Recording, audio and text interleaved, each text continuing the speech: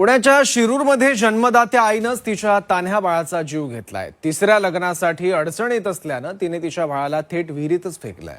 बघूयात।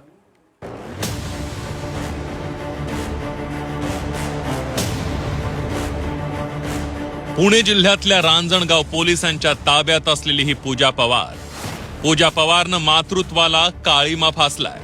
पोटच्या मुलासाठी आई जगाशीही वैर घेते, पण पूजा पवारनं तिच्या पोटच्या 11 महिन्यांच्या बाळाची हत्या केली आहे। हत्येमागचं कारण ऐकून तुम्हीही थक्क व्हाल।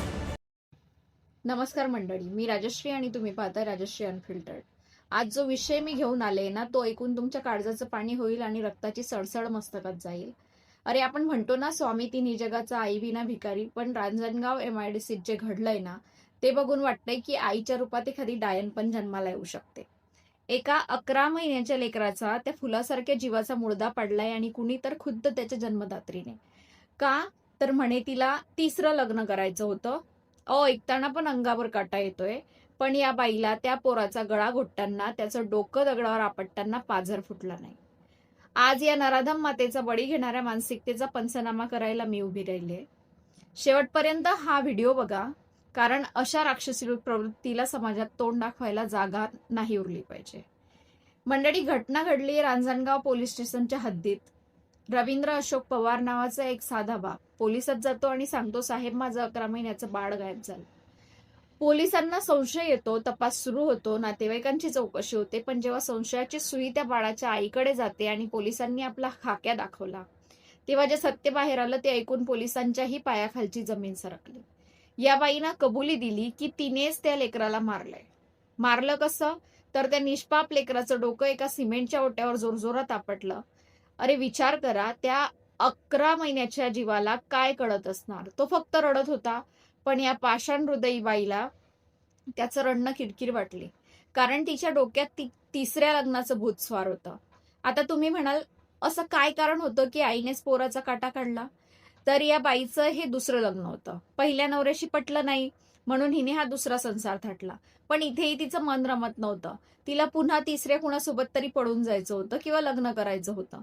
तिच्या डोक्यात एकच घाणेरडा विचार होता, जर हा पोरगा माझ्यासोबत राहिला तर मला तिसरा नवरा भेटणार नाही, या पोरामुळे मला कोणी स्वीकारणार नाही। अरे, लग्नासाठी स्वतःच्या रक्ताचा असा बळी।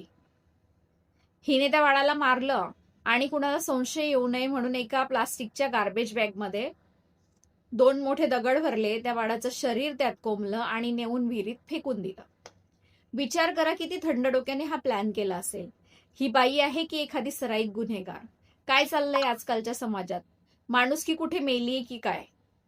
लग्नासाठी, शारीरिक सुखासाठी आणि स्वतःच्या स्वार्थासाठी लोक पोटच्या लेकरांना विहिरीत फेकतात। आई या शब्दाला काळीमा फासला ग तू। ज्या बाळाने तुला पहिलं दर्शन दिलं, ज्याच्या हसण्यानं घर भरून जायचं, त्या बाळाचा मुर्दा पाडताना तुला एकदा तरी काही वाटलं नाही की आपण काय करतोय? अशा महिलांमुळे आज आई या पवित्र शब्दावरचा लोकांचा विश्वास उडायला लागलाय। हिच्यासारख्या गुन्हेगारांना कोर्टाने, पोलिसांनी अशी अद्दल घडवली पाहिजे की पुन्हा कोण्या मातेच्या मनात असा घाणेरडा विचार शिवणार नाही। हे नुसतं खून प्रकरण नाहीये, हा माणुसकीचा खून आहे। मित्रांनो, ही घटना आपल्या सगळ्यांसाठी एक धोक्याची घंटा आहे। आजूबाजूला काय चाललंय यावर लक्ष ठेवा आणि या बाईला काय शिक्षा झाली पाहिजे हे तुम्ही मला कमेंटमध्ये सांगा। मला तर वाटतंय अशा बाईला भरचौकात उभं करून फाशी दिली पाहिजे। व्हिडिओ जास्तीत जास्त शेअर करा, जेणेकरून या नराधम महिलेचा चेहरा महाराष्ट्राच्या कानाकोपऱ्यात पोहोचेल आणि पुन्हा असं कृत्य करायची कुणाची हिंमत होणार नाही। व्हिडिओ आवडला असेल शेअर करा आणि चॅनलला सबस्क्राईब करायला विसरू नका। सतर्क रहा, सुरक्षित रहा। जय हिंद, जय महाराष्ट्र।